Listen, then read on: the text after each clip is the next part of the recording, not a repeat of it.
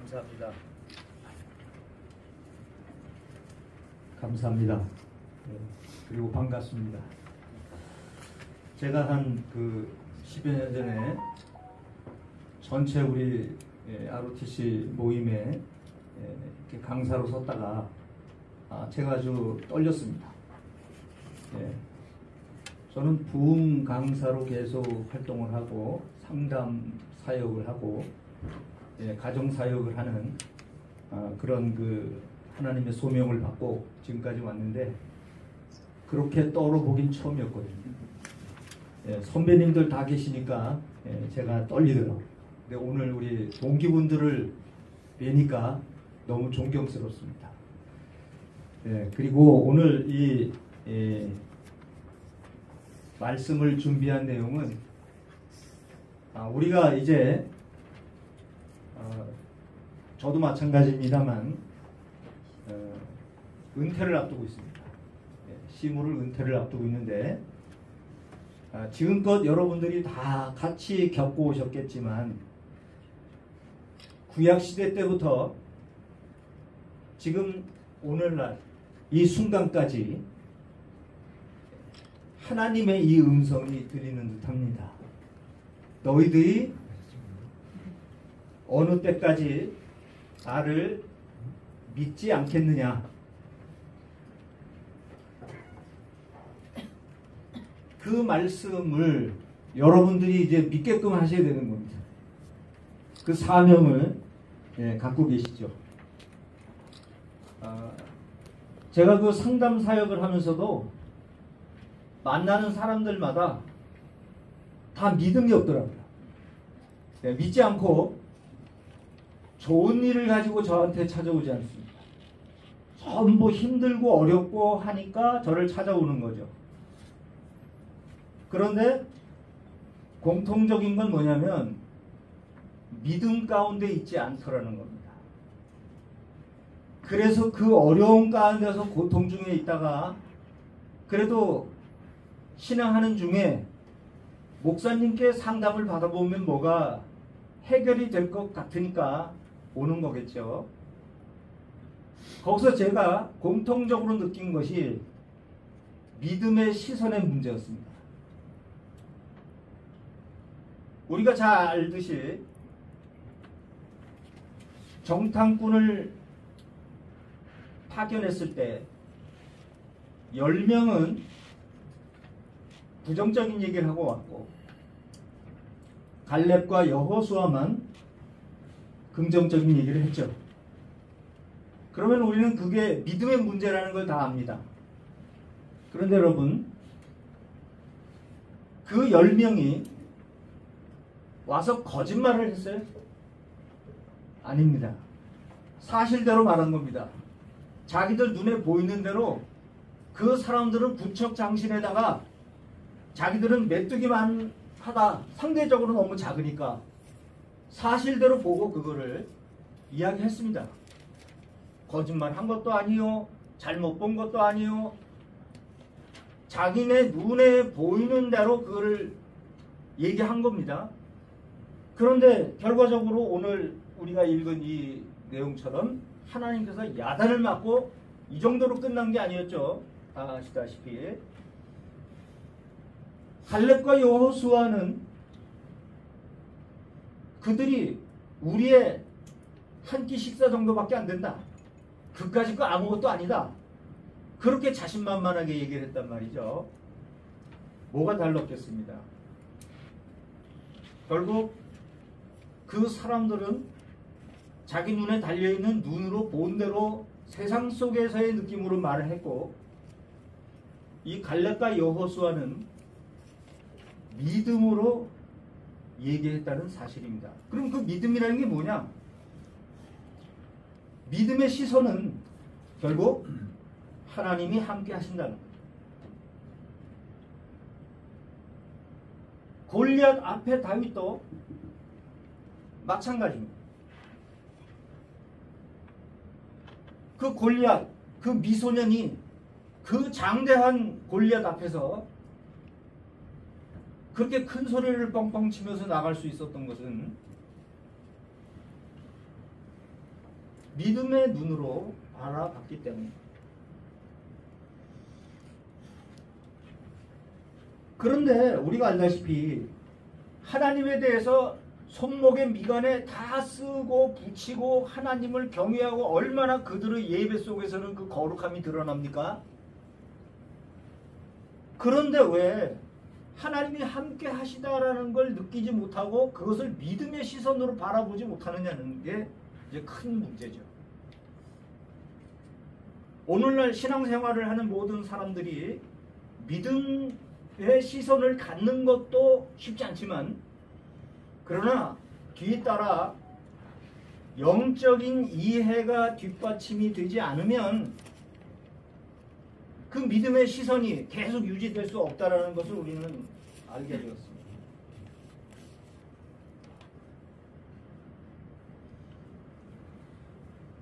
그래서 우리의 책임이 막중한 겁니다. 이들이 믿음의 눈을 뜨고 모든 살아가면서 닥쳐오는 모든 일들에 대해서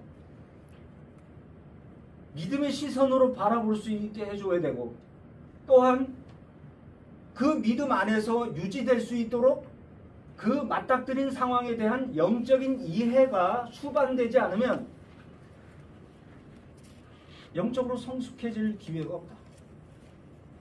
밤낮 뭐 좀 신앙이 괜찮은 것 같다 또 떨어졌다가 다시 또 어떻게 힘들게 또 올라와서 영적인 눈을 뜨고 다시 또 떨어졌다가, 그러니까 상황이 올 때마다, 어려운 상황이 올 때마다 계속 그런 일을 하고 있으니 이 신앙생활이 얼마나 피곤하겠습니까? 우리가 정석대로 얘기를 해서 신앙생활 제대로 잘해서 가도 쉽지 않은 인생살입니다. 그런데 우리가 알다시피 하나님께서 함께 하시는 상황 속에서도 태풍이 오고 비바람 치면은 흔들리는데, 포도나무에 붙은 가지처럼 가더라도 열매 맺기 위해서 가는 여정 속에도 쉽지 않은데, 그 열매 맺기 전에 포도나무로부터 떨어진 상태로 이 세상 그 모든 것들을 감당하려니 나약한 우리가 그걸 어떻게 감당하겠습니까? 통곡할 수밖에 없는 거죠.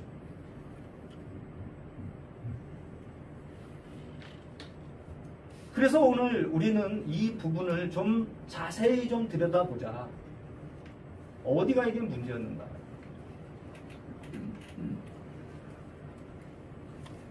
결국 믿음의 시선을 가지게 되고, 그리고 그것을 영적으로 이해함으로 신앙생활 속에서 큰 굴곡 없이 신앙생활을 유지할 수 있도록 해줘야만 그런 일들이 가능할 텐데, 그 내용이 어디에 있느냐? 바로 하나님 말씀 속에 있습니다.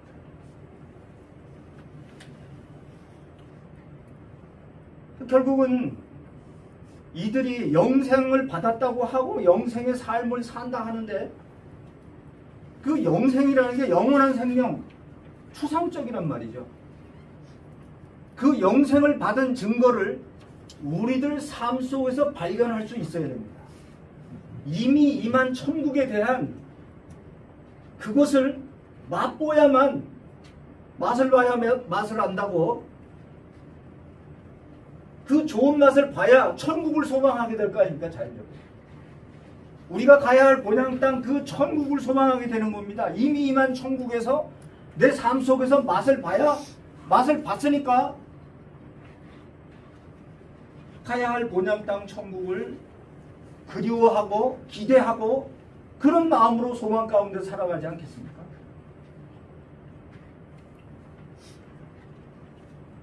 우리가 잘 알듯이 뭐 달달달 외웠죠. 요한복음 3장 16절. 예. 하나님께서 세상을 이처럼 사랑하사 독생자를 주셨으니 그를 믿는 자마다 멸망치 않고 영생을 얻게 하려 하심이라. 믿으면 영생을 얻는다는 거예요. 이 증거를 확인해야 돼요. 근데 그 영생이란 요한복음 17장 4절에서 그렇게 얘기를 합니다. 영생이란 유일하신 참 하나님과 그의 보내신 자 예수 그리스도를 아는 것입니다. 안다. 알아야만 된다는 거예요. 영생이라는 것은 우리가 영생을 받았다면 분명히 하나님과 그의 보내신 자 예수 그리스도를 알게 돼 있다는 거예요. 그러면 모른다는 거죠. 우리가 이 신명기 29장을 보면은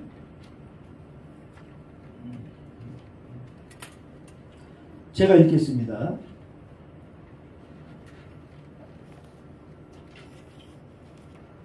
29장 2절부터 읽겠습니다. 모세가 온 이스라엘을 소집하고 그들에게 이르되 여호와께서 애굽 땅에서 너희의 목전에 바로와 그의 모든 신하와 그의 온 땅에 행하신 모든 일을 너희가 보았나니 곧 그 큰 시험과 이적과 큰 기사를 내 눈으로 보았느니라. 그러나 깨닫는 마음과 보는 눈과 듣는 귀는 오늘까지 여호와께서 너희에게 주지 아니하셨느니라. 주께서 40년 동안 너희를 광야에서 인도하셨거니와 너희의 몸에 옷이 낡아지지 아니하였고 너희 발의 실이 헤어지지 아니하였으며 너희에게 떡도 먹지 못하며 포도주나 독주를 마시지 못하게 하셨음은 주는 너희의 하나님 여호와이신 줄을 알게 하려 하심이니라. 이렇게 말씀하십니다. 광야 생활을 왜 한 거라고요? 그 광야의 그 척박한 땅에서 왜 그 고생을 하면서 가야만 했다고요? 하나님을 알게 하려 하셨다는 거예요. 그러면 척박한 우리 인생살이 속에서 우리가 맞닥뜨리는 모든 삶 속에서 결국 그 삶을 겪어내고 당해내야만 우리가 하나님을 알게 돼 있는 겁니다. 그런데 이게 처음서부터 이상한 대로 가는 거죠. 우리의 유교 사상과 미신, 기타 등등 다른 종교에서 이야기하는 것 때문에 잘 먹고 잘 사는 쪽으로 가는 거를 비나이다 하듯이 우리 교회 예배당에 와가지고 그들이 기도하는 내용들이 뭐냐? 그러니까 기복신앙이라는 욕을 얻어먹는 겁니다. 근데 기복신앙이 잘못된 거 아닙니다. 예, 분명히 복 주신다고 얘기하셨거든요. 신명기 28장 32장에도 복에 대해서 거기는 뭐 영적인 복을 얘기하는 게 아니죠. 물질적인 복이에요. 들어와도 나가도 복을 받을 것이고 너희 곳간이 차고 넘칠 것이며 그러니까 세상에서의 곡식이 됐든 뭐가 됐든 자기 사업이 됐든 뭐 하여튼 세상적인 그런 축복을 받는 자리라는 거죠. 예? 하나님의 그 복을 받는 자리가. 그런데 우리가 에베소서 1장 3절에서는 하늘에 속한 모든 신령한 복을 우리에게 주시되 하늘에 속한 모든 신령한 복, 영적인 복이겠죠. 그러니까 영적인 복, 세상적인 복, 육적인 복 다 받게 되어 있습니다. 그거를 원하는 우리가 잘못된 거냐? 잘못된 건 아니죠. 문제는 뭐냐면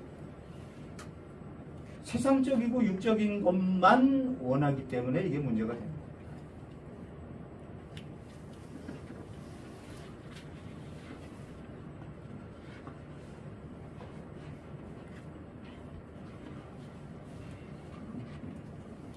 그러므로 우리가 이 믿음이라는 거 엄청나게 많이 있습니다. 예, 믿음이라는 단어가 얼마든지 있죠. 또 믿음의 본질 뭐 하며 이 믿음에 대한 이야기를 뭐 엄청나게 홍수와 같이 예, 그런 그 정보 속에서 우리가 그런 지식들을 습득하고 그러는 거죠. 근데 이 믿음이라는 것이 결국 하나님께로부터 오는 것이다. 하나님의 선물이다. 이렇게 얘기를 하니까 하나님이 안 주셔서 내가 믿음이 없나 봐. 이렇게 오해할 수도 있는 거고 이 믿음이라는 것은 하나님께서 완제품으로 만들어가지고 옛단어 과자라 하고 택배로 보내주시던가 믿음을 딱 보내주셔서 그 다음부터 내가 믿음을 딱 받아가지고 믿음 생기고 이런 게 아니란 말이죠. 인격적인 관계에서 만들어지는 겁니다. 하나님과의 인격적인 관계에서 왜 그것을 하나님의 선물이라고 하냐면 하나님께로부터 우리에게 왔기 때문에, 그러니까 하나님의 선물이라는 건데, 하나님이 좋은 선물을 보내주셔도 우리가 받을 그릇이 돼야 되고 그것을 받고자 하는 마음이 없다면 이게 받아질 수가 없는 거고, 믿음이 믿음으로써 그 역할을 할 수가 없다는 거죠. 믿음을 흔히 우리가 포도나무와 가지로 얘기하며 너희가 나를 떠나서는 결코 아무 열매도 맺을 수 없다 말씀하시면서 나를 믿으라, 계속 예수님도 나를 믿으라, 뭐 이제 성령 강림 이후에 오는데도 믿지 않는 거에 대해서도 계속 지적을 하십니다. 구약시대 때부터 지금까지. 그러니까 우리는 가만히만 있어도 죄 쪽으로 흘러가고 믿지 않는 쪽으로 가게 돼 있는 우리가 이제 하나님 바라보고 하나님과의 인격적인 관계 속에서 흘러가야 되는데, 그 인격적인 관계라는 게 그냥 말씀하시고 그 듣고 말씀대로 하고 그 단순히 우리가 세상 속에서 느끼듯이 그런 이야기가 아니라 내가 살아내야 하는 이 삶을 하나님이 동행하심으로 그 삶을 이겨내면서 가는 그 과정에서 초보적인 믿음에서 겨자씨만한 믿음을 거쳐 이제 구원받을 만한 믿음에까지 이르게 되는 그 여정, 그 과정이 있다라는 걸 우리가 이걸 가르쳐줘야 되지 않느냐. 그래서 오늘날 뭐 이제 은퇴를 앞두고 나이 70에 이제 뭐 얼마 안 남았잖아요. 그래도 우리는 끝까지 해야죠. 하늘나라 가는 날까지. 근데 그 상황 속에 이 의무를 저버리면 안 된다. 그 일깨우는 일에 우리가 앞장서야 되고 우리가 본을 보여야 되고 그 빛을 발하는 게 사실은 그런 거죠.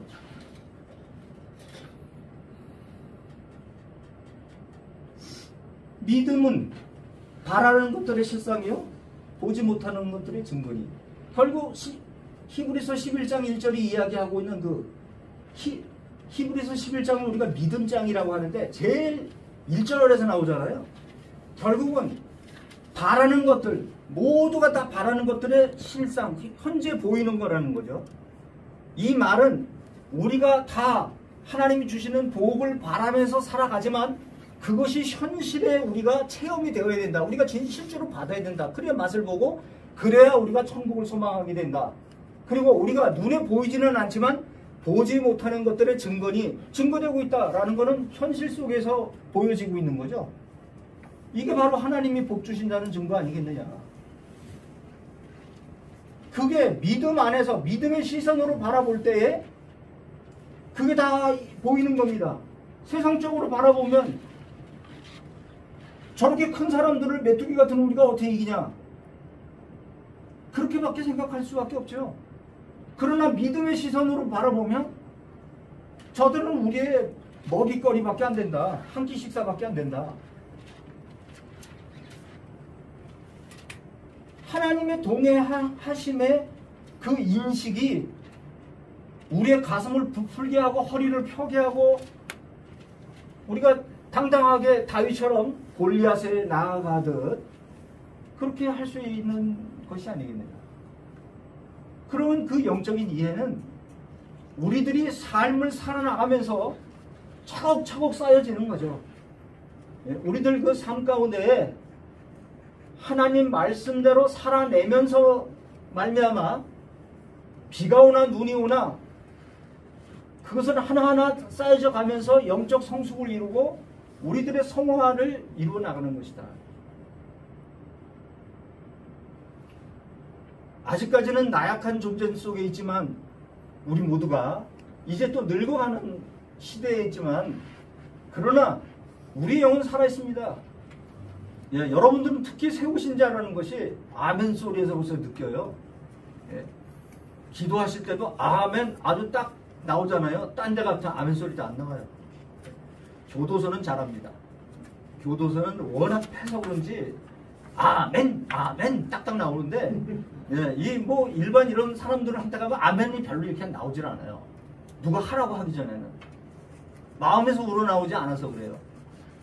근데 우리 동기들만 해도 아멘 소리가 탁탁 규모 있게 나오잖아요. 신앙생활에 연륜이 있는 거예요. 하나님 앞에서 그만큼 우리가 군에서 훈련 받은 것만큼 여러분들이 신앙 훈련을 그만큼 잘 쌓아오셨고 이렇게 모임이 활성화되는 그 증거가 보이잖아요. 네. 그런 것이 제가 십몇 년 전에 그때만 하더라도 몇 명 안 됐어요. 근데 이제는 우리 육사 친구들하고 같이 또 이렇게 함께 이렇게 한다라는 것이 이게 뭐 얼마나 우리한테는 소망적인지 모릅니다. 그리고 우리 대한민국이 미래에 정말 뭔가 이 지도자로서의 역할, 빛의 역할을 할 수 있다는 걸 저는 확신하고 갑니다. 네, 하나님께서 지금 우리 선교가 전 세계에서 2위입니다. 미국 다음에 우리인데 걔네는 그냥 숫자만 월세 인구가 많은 데다가 놀러 다니는 애들이 많아요. 선교 해외여행이 목적이거든요. 그러다 보니까 숫자는 많은데 실질적으로 선교다운 선교를 하는 나라는 우리나라밖에 없어요. 우리나라가 비자 순위가 2위예요. 세계 미국 다음입니다. 이거 그냥 얻는 거 아니에요. 모든 나라가 인정을 하니까 그 점수에서 올라가서 우리가 세계에서 2위예요. 이거 그냥 볼 일 아닙니다. 지도자로 세워주고 있는 거예요. 하나님께서 우리 믿는 자들. 여러분 이 근간에 몇 년간에 태풍이 올라오면서 뭐 중국 무사벌 했대더라, 일본은 관통을 했대더라 이런 얘기는 주로 들었지만 우리나라 지나간 적 있습니까? 하나님께서 보호하고 계시다는 얘기입니다. 우리는 그것을 영적으로 느끼는 자들이에요. 깨어서 전진을 해야 하는 때입니다. 결국 믿음 그것이 뭐냐? 하나님 말씀 붙들고 살아내는 거예요. 어떤 어려움이 오더라도 그 어려움 부딪힐 때 믿음의 시선만 가지면 두려워하지 않고 영적 이해만 가지고 있다면 잘 견딜 수가 있는 거거든요. 그렇게 해서 승리하고 그렇게 해서 이겨나가고 그러고 성공하고 그렇게 뚫고 지나가는 그런 멋진 우리 신우의 동기분들이 되시길 바라고요.